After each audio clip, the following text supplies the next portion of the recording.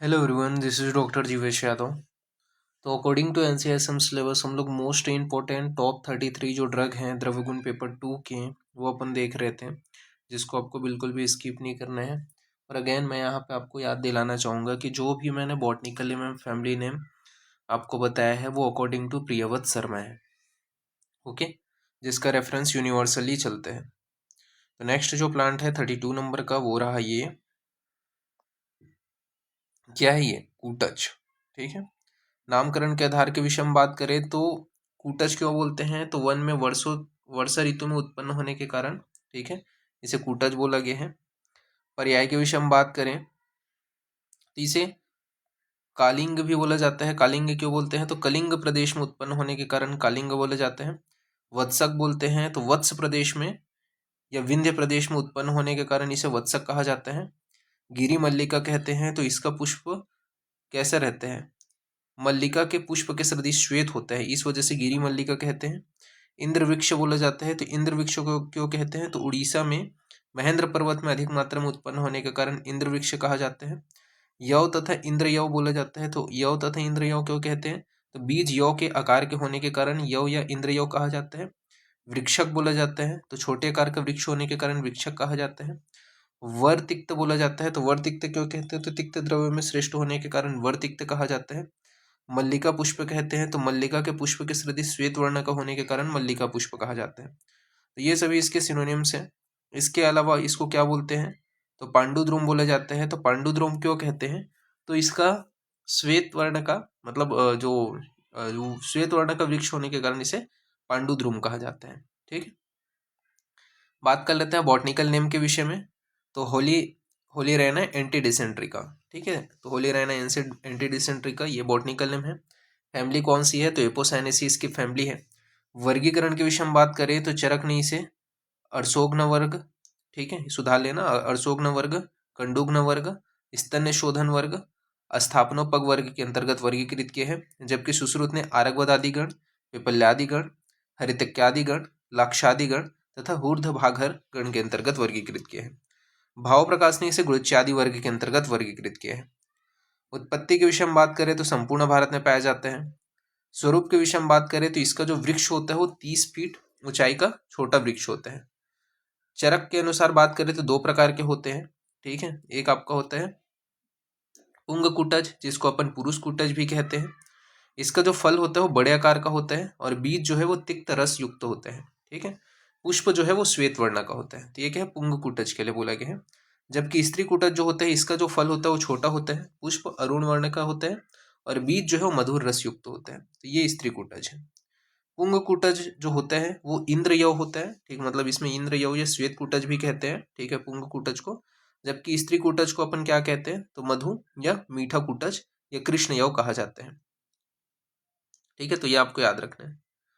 बात कर लेते हैं पुरुष में फली एक तरफ से जुड़ी रहती है, जबकि स्त्री कुटज में फल जो है वो दोनों तरफ से जुड़ी होती है। ठीक है, तो ये आपको डिफ्रेंशिएशन देखने को मिलेगा। पुरुष जो कुटज होगा उसमें फली एक तरफ से जुड़ी हुई रहेगा, जबकि स्त्री कुटज में फल दोनों तरफ से जुड़ा होगा।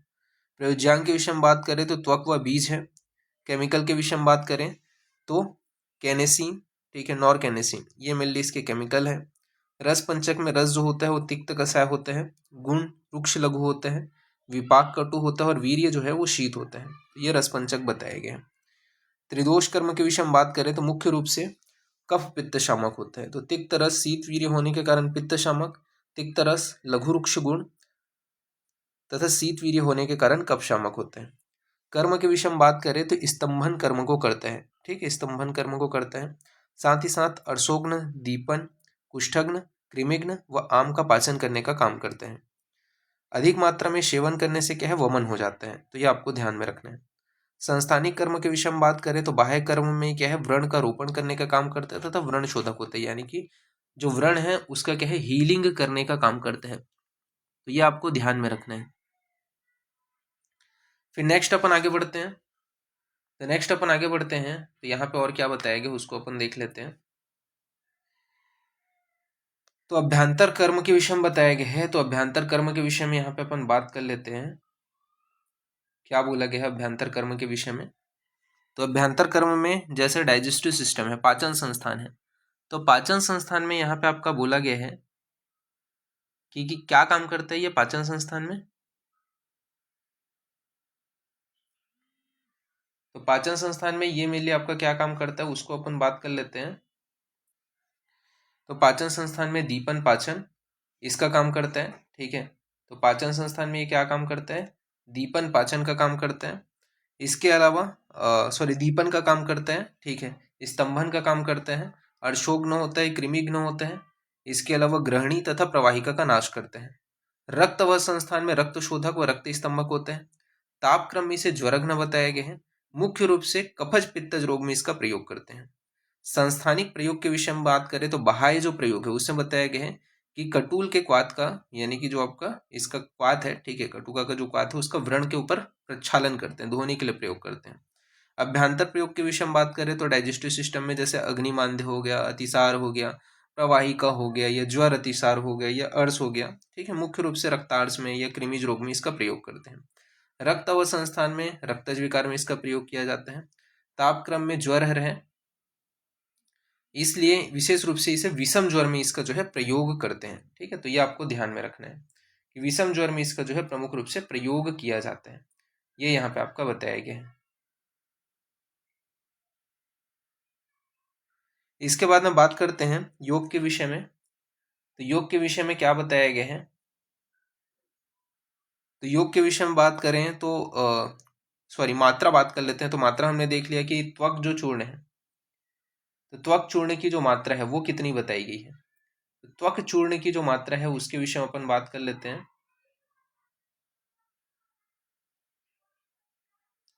तो त्वक जो चूर्ण है, त्वक चूर्ण बोलते हो, त्वक पात की जो मात्रा है वो 30 से 40 ml बताया गया है, और चूर्ण की मात्रा 2 ग्राम बताया गया है। तो ये आपको ध्यान में रखना है।